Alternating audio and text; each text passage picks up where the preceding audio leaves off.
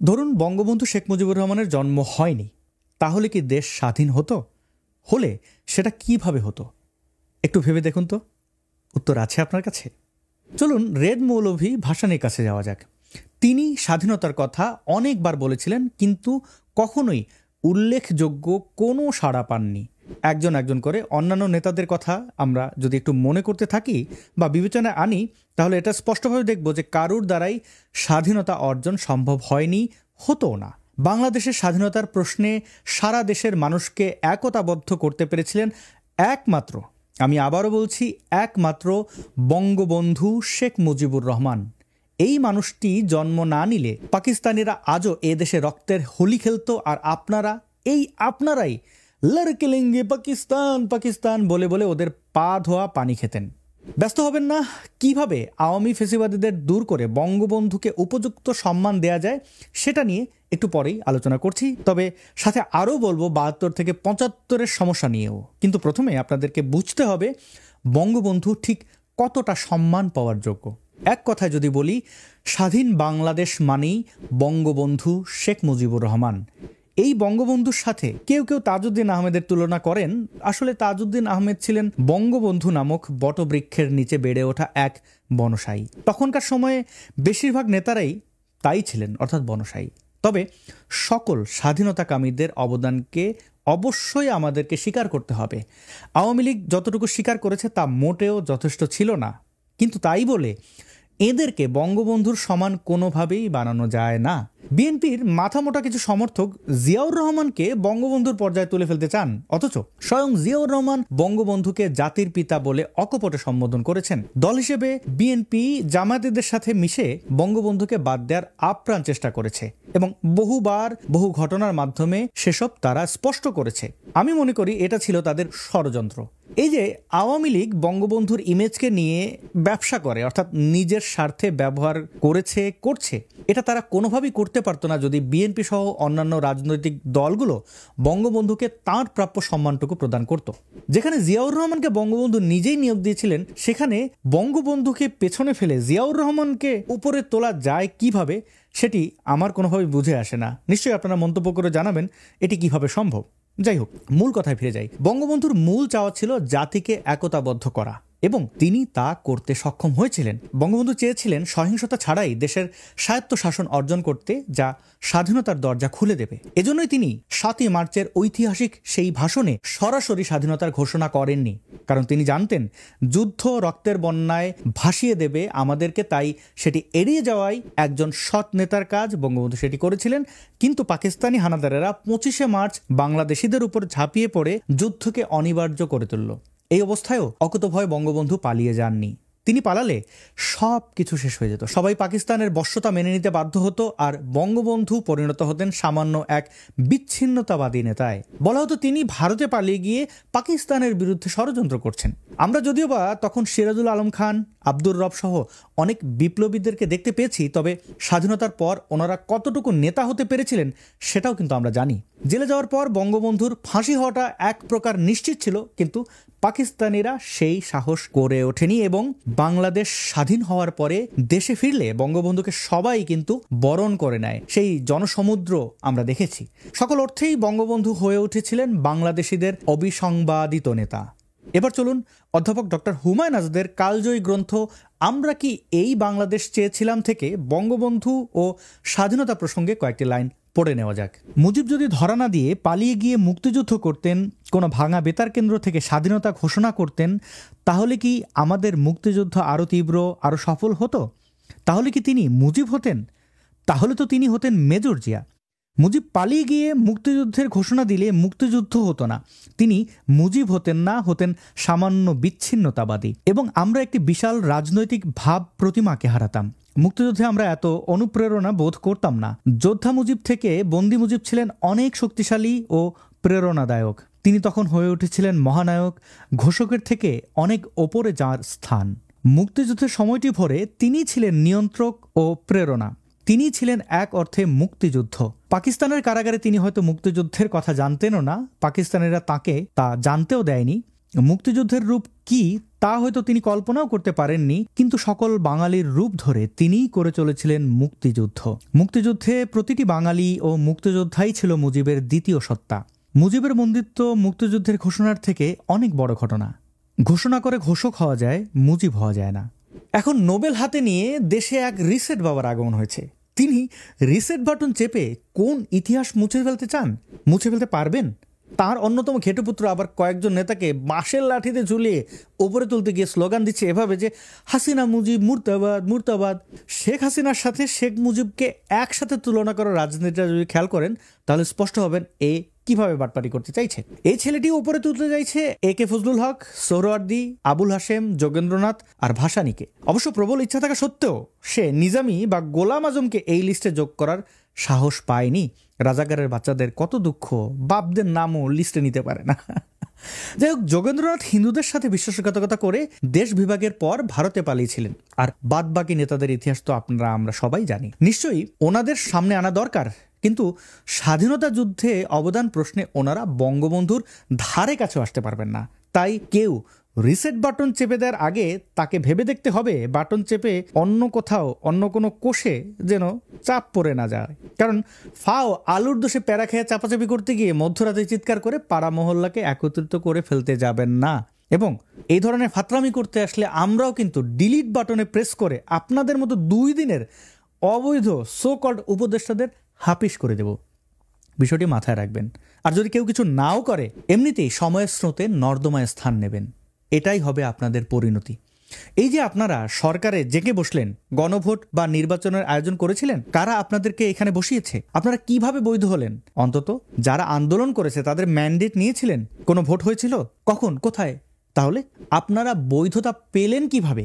এত বড় গলায় কথা বলছেন, এসব কার জোরে? কোন আইনি বৈধতায়? কোনো উত্তর নেই আপনাদের কাছে। আবার কয়েকটা রাজাকারের বাচ্চা বা রাজাকারের ছাও এখন উপদেষ্টা হয়েছে। আরে বাপরে! কয়দিন আগেও এই সার্জিস এবং হাসনাতেরা জাতির পিতার বঙ্গবন্ধুর গুণগান করতে করতে করতে মুখে ফেনা তুলে ফেলতো। সার্জিসের এই বক্তব্যটি চলুন শুনে নেওয়া যাক। যে মার্চ মাসের 7 তারিখে 1971 সালে তার একটি তর্জনীর হুঙ্কারে পুরো 7.5 কোটি বাঙালি ঝাঁপিয়ে পড়েছিল যুদ্ধে।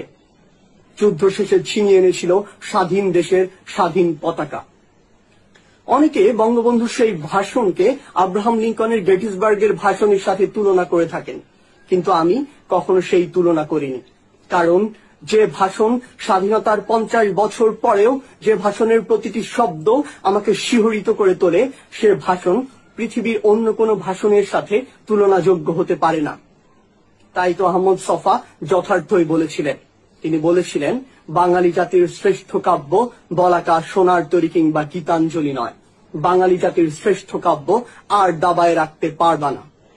যে মানুষটি জীবন ও যৌবনের 14 বছর জেলে কাটিয়ে দিয়েছেন শুধুমাত্র এই বাঙালি জাতির মুক্তির জন্য, সেই মানুষটির বুকে শরীরে 18টি গুলি করে ঝাঁঝরা করে তার প্রতিদান আমরা দিয়েছি। এতটাই অকৃতজ্ঞ বাঙালি আমরা। সোকল্ড উপদেষ্টা আসিফ মাহমুদ যুক্তি দিচ্ছে এভাবে যে মুজিবের ভাস্কর্য ভেঙে ফেলেছে দেশের মানুষ, তাই এখন আর মুজিব জাতির পিতা নন। ভাস্কর্যগুলো যেসব ধর্মান্ধরা ভেঙেছে তাদের স্বরূপ আমাদের নিশ্চয়ই অজানা নয়। তো প্রশ্ন আসছে, এরা সাধারণ মানুষ হলো কিভাবে? ধানমন্ডি 32-এ যেখানে বঙ্গবন্ধুকে সপরিবারে হত্যা করা হয়েছিল, সেখানে নেচেছে কারা আমরা কি তা জানি না? শিশু ও অন্তঃসত্ত্বা নারী সহ বঙ্গবন্ধুর পরিবারের সবাইকে যারা মেরেছে তারা সর্বনিম্ন স্তরের কাপুরুষ ছাড়া আর কিছুই হতে পারে না। সেনাবাহিনীর কিছু বিপদগামীরা কেন এই কাজ করতে যাবে? এটা তো সেনাবাহিনীর সম্মিলিত সিদ্ধান্ত ছিল না। সরকারের বিরুদ্ধে আন্দোলন করবে জনগণ, সরকারের পতন করলে সেটাও করবে জনগণ। এখানে সেনাবাহিনীর লোকেরা কেন আসবে? আর কি বীরত্ব, একেবারে শিশুকেও মেরে ফেলতে হয় তাদেরকে। আরে এদেরকে নিয়ে যারা নাচে তারা যে কতটা বিভৎস, সেটা যদি তারা আয়নায় নিজেদেরকে একবার দেখতে পারতো তাহলে বুঝতো যে তারা আসলে কোন মানসিকতার কোন জগতের। এদের এমন আচরণ দেখে শূকর ছানার কথাই বারবার মনে পড়ে আমার। ওই প্রাণীটির বাচ্চাদের যখন দাঁত গজায় তখন বাপের পশ্চাৎ দেশে কামড় দিয়ে দাঁতের শক্তি পরীক্ষা করে। ইউনুস গঙ্গও তাই করে চলেছে আমাদের সামনে প্রতিনিয়ত এবং প্রতিটি ঘটনার মাধ্যমে। এদিকে 501 মামুনুল হকও হুক্কা হুয়া কেয়া হুয়ার মতো করে বলছে জাতির পিতা কোনো বিতর্কিত ব্যক্তি হতে পারবে না। এবার বলছেন মুক্তমনাদের পক্ষ থেকেও প্রশ্ন আসতে পারে যে কি দরকার সব জাতির পিতা টিতার? ব্যক্তি পূজা তো কোনোভাবেই শোভনীয় নয়। আসলে ভালোভাবে চিন্তা করলে দেখা যায় রাষ্ট্র জিনিসটাই খুবই শোভনীয় কিছু নয়। একটা ভূখণ্ডে কেবল আমরা মানুষরাই নাগরিক হয়ে থাকবো, অন্য কোনো প্রাণীর নাগরিকত্ব থাকবে না। আবার অন্য ভূখণ্ডের কারোর স্থান আমাদের ভূমিতে হবে না, আমাদেরও অন্যদের ভূমিতে অধিকার থাকবে না। যার যার ভূমি তার তার, দেশ জাতীয় সঙ্গীত যার যার আপন হয়ে থাকে, কেবল স্ব দেশের নাগরিকরাই তার দেশে শ্রেষ্ঠ হয়ে থাকে। এগুলো তো কোনোভাবেই ভালো কিছু নয়। কিন্তু বাস্তবতার খাতিরে রাষ্ট্রের প্রয়োজন হয়, দেশ গঠন করতে হয়। আমাদেরকে একটা দেশ গঠন করতে হলে তার একটা গৌরবের ইতিহাসের প্রয়োজন হয়, প্রয়োজন হয় চেতনার। বঙ্গবন্ধু আর ৭১কে বাদ দিয়ে পারবেন সেটা সম্ভব করতে? ৭১ আর বঙ্গবন্ধু বাদ দিলে এই দেশটা অন্য যে কোনো দেশের সাথে মিশে যেতে পারে, আলাদা তো কিছু থাকতে পারে না, তাই না? তো আলাদা আইডেন্টিটির ইতিহাস না থাকলে এর অস্তিত্ব রাখবেন বা রাখতে যাবেন কোন দুঃখে? ৫ই আগস্টের পর ক্রমাগত লাফালাফি শুরু হলো, বলা হলো যে দেশ নাকি আবার স্বাধীন হয়েছে, এবং এই নিয়ে কত ধরনের গান, কবিতা, ও বাবা কত কিছু। এরা এতটাই মেধাবী যে বেসিক জ্ঞানটুকু এদের নেই, জানেই না যে একটা দেশ বারবার স্বাধীন হয় না। মানুষের ব্যক্তি স্বাধীনতা আর দেশের স্বাধীনতা ভিন্ন জিনিস। কে বোঝাবে তাদের? ধরেন চীন, রাশিয়া, ভিয়েতনাম, এসব দেশের সরকারের বিরোধিতা করা যায় না, করলে জীবন সংশয়ে পড়তে হবে। মধ্যপ্রাচ্যের দেশগুলোর দিকে যদি আপনি তাকান তাহলে স্পষ্টভাবে দেখতে পাবেন যে সেখানে রাজতন্ত্র চলছে। জনগণ রাজার বিরুদ্ধে কিছু বললেই জেল, জুলুম সবকিছু নেমে আসবে আপনার উপরে। তবে কি এসব দেশ স্বাধীন দেশ নয়? আমাদের প্রিয় জেনজিদের একটা প্রশ্ন করি যে শেখ হাসিনা আপনাদেরকে রাজাকার বলায় আপনারা তো চেত্তে টেত্তে গিয়ে একদম সব উল্টে দিলেন, অথচ দেশে এখন দেখা যাচ্ছে রাজাকারদের জয় জয়কার। এই দেশটা রাজাকারদের বাচ্চাদের অভয়ারণ্যে পরিণত হয়েছে এবং আপনারা সেটা উপভোগ করছেন। এর রহস্য কি? এর মানে কি এটা নয় যে শেখ হাসিনা ঠিকই বলেছিলেন, তোমরা রাজাকার, রাজাকারের বাচ্চা রাজাকার? আমি যদি মুরগি হতে পারতাম, হায় আল্লাহ, কোনোদিন হতে পারবো কিনা। যদি হতাম, জান প্রাণ দিয়ে ডিম পারতাম মানুষের হৃদয় জয় করার জন্য। উপদেষ্টা আসিফ নজরুল, যার ইমেজ দাঁড়িয়েছে জোকারের পর্যায়ে, চলুন সামাজিক যোগাযোগের মাধ্যমে পোস্ট করা তার অতীতের কিছু লেখা পড়ে নেওয়া যাক। কোনোদিন হিসেব করে দেখিনি আগে, আজ জানলাম বঙ্গবন্ধু তার যৌবনকালের প্রায় ১৩ বছর ছিলেন জেলে, আমাদের অধিকার আদায়ের জন্য, আমাদের দেশকে স্বাধীন করার জন্য। কোনো আলোচনা সমালোচনাতেই কারো ভুলা উচিত না। ভুলাটা আবার কি? যাই হোক, আমাদের স্বাধীনতা সংগ্রামের স্থপতি, মহানায়ক ও অবিসংবাদিত নেতার এই অতুলনীয় আত্মত্যাগকে 15 আগস্ট 2018-তে তিনি লিখেছেন, সব অপপ্রচার আর অতিরঞ্জনের মাঝে সবচেয়ে ধ্রুব সত্য হচ্ছে বঙ্গবন্ধু আমাদের স্বাধীনতার স্থপতি, অবিসংবাদিত নেতা। যে স্বাধীনতা এনেছেন তিনি, কম বেশি তার সুফল ভোগ করছি আমি, আপনি সবাই। পরম শ্রদ্ধা আর কৃতজ্ঞতার সাথে স্মরণ করছি বঙ্গবন্ধুকে, মাগফিরাত কামনা করছি তার ও তার পরিবারের সকলের। 15 জানুয়ারি 2020 সালে তিনি লিখেছেন, আমি আওয়ামী লীগের বর্তমান আমলের চরম সমালোচক, কিন্তু বাংলাদেশের স্বাধীনতার স্থপতি হিসেবে আমি বঙ্গবন্ধুকে ভালোবাসি, ওনার প্রতি অসীম কৃতজ্ঞতা অনুভব করি। যারা মনে করেন দুটো জিনিস একসাথে সম্ভব না, তারা হয় অজ্ঞ, না হয় জ্ঞান পাপী। বঙ্গবন্ধুকে নিয়ে আমার ভালোবাসা নতুন না, ওনাকে নিয়ে আমি বিএনপির চরম প্রতাপের আমলেই লিখেছি, আবার শহীদ রাষ্ট্রপতি জিয়াউর রহমানকে নিয়েও লিখেছি আওয়ামী লীগের একচ্ছত্র আমলে। বঙ্গবন্ধুকে নিয়ে বিরাট একটা লেখা লিখব আওয়ামী লীগ কোনোদিন ক্ষমতায় না থাকলে। মোট কথা, বঙ্গবন্ধুই আমাদের জাতির পিতা বা বাংলাদেশের স্থপতি। জাতির পিতা না বলতে চাইলে জাতির স্থপতি বলতে পারেন। তিনি বাঙালির নন, বাংলাদেশিদের জাতির পিতা। পাকিস্তানিদের জাতির পিতা হয়, টার্কিশদের জাতির পিতা হয়, ভারতীয়দের জাতির পিতা হয়, আমাদের বাংলাদেশিদের জাতির পিতা হবে না কেন? এটা যারা মানতে চায় না তারা হয় মতলববাজ অথবা ওই রাজাকারের বাচ্চা রাজাকার। এবার আসি শেখ মুজিবুর রহমানের সমালোচনা প্রসঙ্গে। ৭২-এর পূর্বের বঙ্গবন্ধুকে নিয়ে যদিও সমালোচনা তেমন কিছুই ছিল না, বিতর্ক ছিল না, তবে ৭২-এর পর কি হলো? কোষাগার শূন্য, দেশে অবর্ণনীয় অরাজকতা, দেশ পরিচালনা করার দক্ষতা কারণ না থাকা, সব মিলিয়ে এই দুরবস্থায় বঙ্গবন্ধু দেশের হাল ধরলেন। তখনই আবার একদলের খেয়াল হলো ওনারা সমাজতন্ত্র কায়েম করে ফেলবেন। লেখক ও গবেষক বদরুদ্দিন ওমর বলেছেন, শেখ মুজিবের জন্য তার দল আওয়ামী লীগের নেতাকর্মীদের দুর্নীতি একটা বড় চ্যালেঞ্জ হয়ে দাঁড়িয়েছিল। অন্যদিকে বিদ্রোহী হয়ে দলের একটি অংশ বের হয়ে যাওয়ার পর সরকার নিয়ন্ত্রণহীন হয়ে পড়েছিল। এ সময়ে প্রশাসন থেকে শুরু করে আওয়ামী লীগের মধ্যে একটা ভাঙন তৈরি হয়েছিল, যে ভাঙনটা তথাকথিত আওয়ামী লীগের যে সংগঠন ছিল সেটা দিয়ে সামাল দেওয়া সম্ভব ছিল না। সেখানে আওয়ামী লীগের সমমনা দল সিপিবি সহ অন্যান্যদের নিয়ে এমন একটা সংগঠন করা জরুরি হয়ে পড়েছিল যেটা এই সংকট সামাল দিতে পারে। অবশ্যই শেখ মুজিব এটা মনে করেছিলেন পারেন তাই তিনি বাকশাল গঠন করেছিলেন। 1972 সালের অক্টোবরে আওয়ামী লীগের একটা অংশ বের হয়ে গিয়ে বৈজ্ঞানিক সমাজতন্ত্র প্রতিষ্ঠার কথা বলে জাসদ নামের দলটি গঠন করেছিলেন। দেশের বিভিন্ন অঞ্চলে সর্বহারা বা চরমপন্থী কিছু বাম দলের সশস্ত্র অপতৎপরতাও সমানভাবে চলছিল। এর মাঝে আসলো 1974 সালের সেই দুর্ভিক্ষ। এমনিতেই ছিল ভয়াবহ অবস্থা, এর মধ্যে আবার বিভিন্নভাবে গুজব ছড়িয়ে পরিস্থিতির অবনতি ঘটানো হয়। অর্থাৎ বঙ্গবন্ধু শখ করে যে বাকশাল গঠন করেছিলেন ব্যাপারটা মোটেও এমন নয়। আপনারা নিজেরাও ইতিহাস ঘেঁটে জেনে নিতে পারেন দেশের অবস্থা ঠিক কেমন ছিল তখন, কোন পর্যায়ে ছিল। কিন্তু বঙ্গবন্ধুর এখানে অবশ্যই দায় ছিল। তিনি স্বজনপ্রীতি করেছেন, বিভিন্ন দুর্নীতিতে উদাসীনতা দেখিয়েছেন, বিশাল বিশাল সব ভুল সিদ্ধান্ত নিয়েছিলেন। সেসবের জন্য নিশ্চয়ই তার নির্মোহ সমালোচনা হবে। একজন জাতির পিতা তো আর দেবদেবী বা নবী রাসূল টাইপের কোনো ক্যারেক্টার নন যে তার সমালোচনা হবে না, বা সমালোচনা করতে গেলে আপনি কোপ দেবেন, ইতিহাস আপনি আপনার মতো করে বানাবেন, গল্পকেচ্ছা বলে যাবেন। আপনারা নিশ্চয়ই চেঙ্গিস খানের নাম শুনেছেন। মঙ্গোলিয়া গেলেই দেখতে পাবেন তার এমন সব বিশাল বিশাল ভাস্কর্য। আপনারা নিশ্চয়ই অবাক হচ্ছেন যে এত বড় বর্বর একটা লোককে national hero and founding father মনে করা হয় কিভাবে।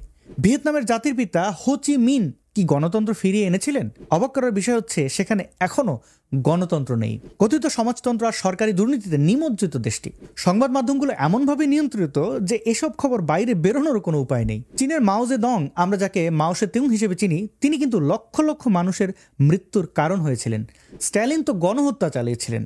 কেমাল আতাতুর্ক হচ্ছেন তুরস্কের জাতির পিতা। আতাতুর্ক মানেই কিন্তু জাতির পিতা। এই কেমাল আতাতুর্কের বিরুদ্ধে নির্বিচারে হত্যাসহ অনেক অমানবিক কাজের অভিযোগ রয়েছে। কায়েদে আজম মোহাম্মদ আলী জিন্নাহ পাকিস্তানের জাতির পিতা। তিনি শিয়া পরিবারে জন্ম নিয়েছিলেন। মুসলিম হয়েও মদ শুয়োরের মাংস নিয়ে পড়ে থাকার অভিযোগ রয়েছে নারী ঘটিত বহু ঘটনার। জিন্নাহ আমাদের এই বাংলাদেশের প্রেক্ষাপটে রাষ্ট্রভাষা প্রসঙ্গে ক্ষমার অযোগ্য ভুল বা অন্যায় করেছিলেন। ভারতের জাতির পিতা মহাত্মা গান্ধীর মতো মানুষকেও কিন্তু সমালোচনার বাইরে রাখা হয় না। তিনি অবিতর্কিত নন। যুক্তরাষ্ট্রের জাতির পিতা জর্জ ওয়াশিংটনের ছিল প্রচুর দাস। তিনি ক্ষমতার অপব্যবহার করেছেন, আদিবাসীদের সাথে নির্মম আচরণ করে তাদের জমি দখল করেছিলেন। তাহলে শুধু বঙ্গবন্ধুকে কেন দুধে ধোয়া তুলসী পাতা হতে হবে তার যোগ্য সম্মানটুকু পাওয়ার জন্য? সমস্যা আসলে কোন জায়গায়? কাউকে তার উপযুক্ত সম্মান দেওয়ার মানে এই নয় যে তার পুরো আদর্শকে ধারণ করতে হবে।